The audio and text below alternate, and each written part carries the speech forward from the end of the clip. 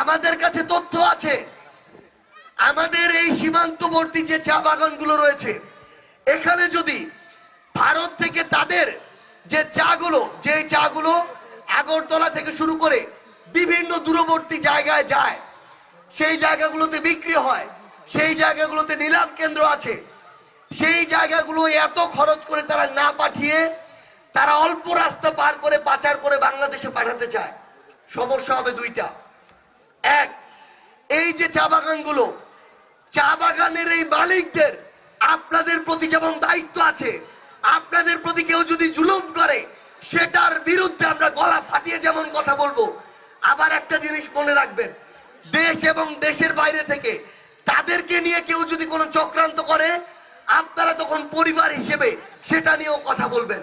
কারণ এই চা বাগানগুলো যদি না থাকে, হঠাৎ করে এগুলোর উপর নির্ভরশীল লক্ষ মানুষের কিন্তু কর্মসংস্থান সম্ভব না।